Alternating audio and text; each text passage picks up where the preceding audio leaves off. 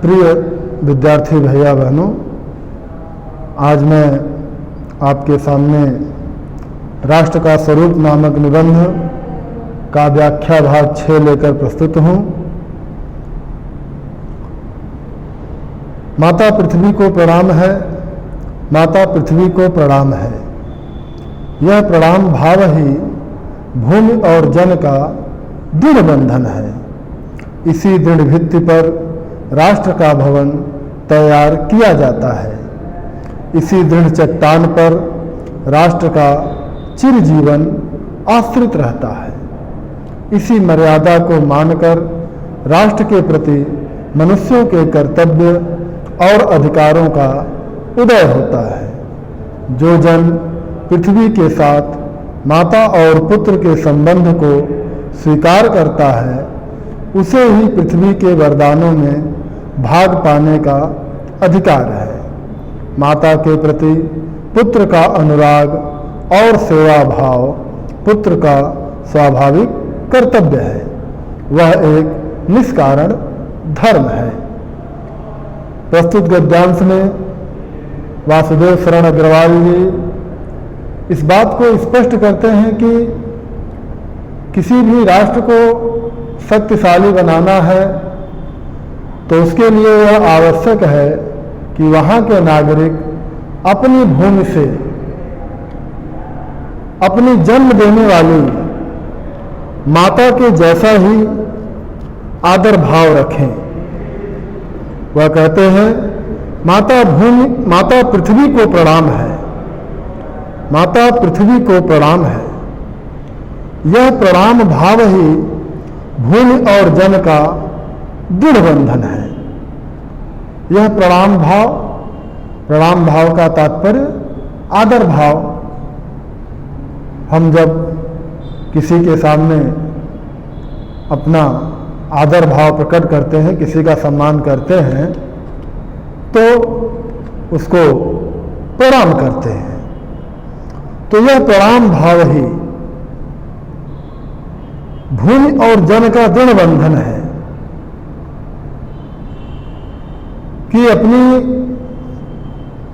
माता भूमि के प्रति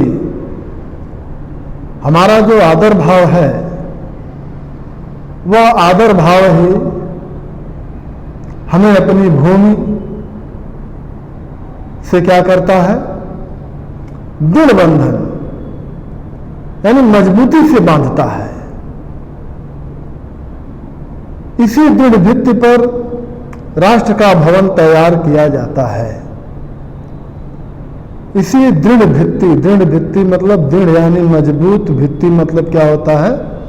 दीवार। तो आदर भाव की इसी मजबूत दीवार पर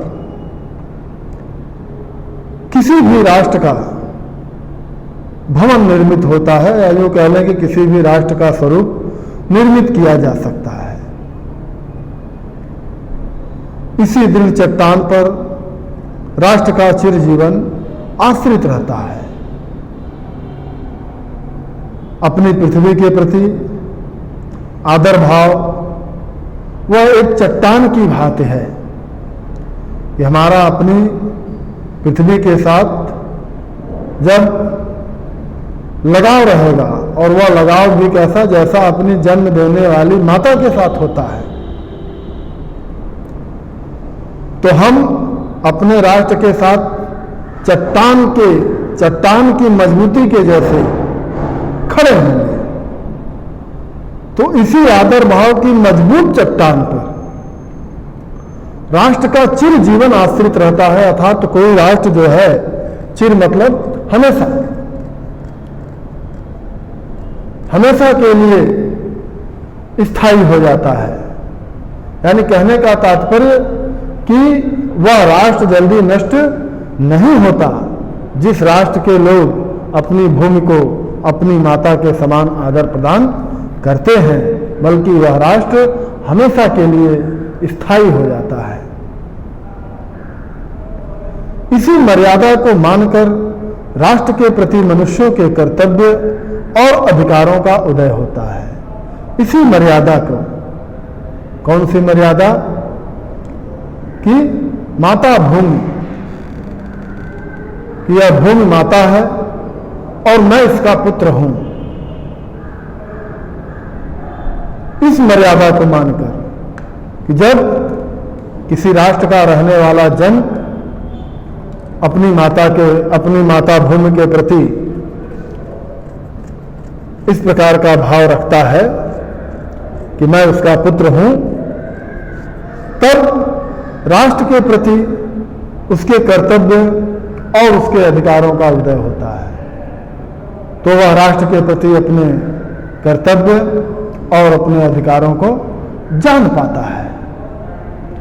और अगर उसका लगाव अपनी भूमि के साथ अपनी जन्म देने वाली माता के जैसा नहीं है, तो फिर वह अपने राष्ट्र के प्रति अपने कर्तव्य और अधिकारों को नहीं समझ पाता।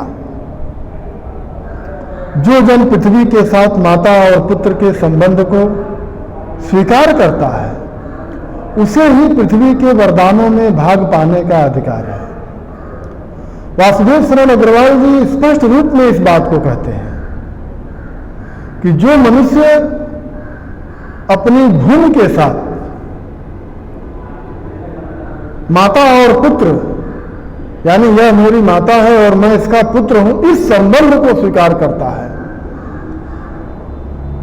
उसे ही पृथ्वी के वरदानों में भाग पाने का अधिकार है। पृथ्वी के वरदानों का तात्पर्य कि पृथ्वी पर जो कुछ भी संपदाएं हैं, जिसमें अनेक प्रकार के रत्न हैं, खनिज संपदाएं हैं, वनस्पतियां हैं, औषधियां हैं, यानी जो कुछ भी पृथ्वी पर है उसमें वह हक का अधिकारी है। यानी तभी वह अपने अधिकार को, अपने हक को ले सकता है।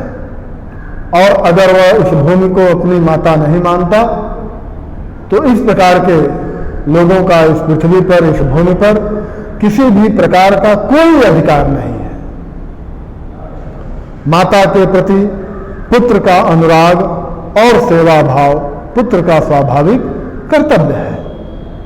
तो जैसा हमारा अपनी जन्म देने वाली माता के प्रति अनुराग अर्थात प्रेम और सेवा भाव स्वाभाविक कर्तव्य की तरह होता है, हम उसको स्वाभाविक रूप से करते हैं, तो उसी प्रकार यह पृथ्वी भी हमारी माता है।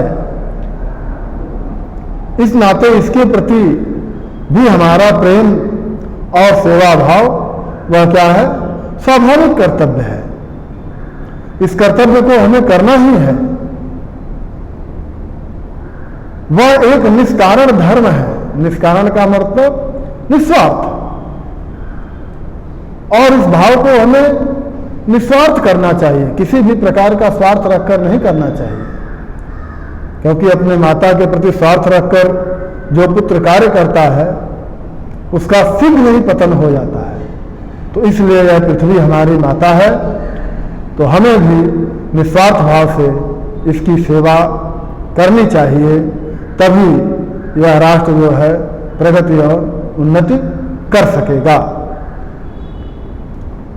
इससे संबंधित कुछ प्रश्न हैं, उसको भी देख लीजिए। पहला प्रश्न, गद्यांश के पाठ और लेखक का नाम लिखिए। अगला, रेखांकित अंश की व्याख्या कीजिए।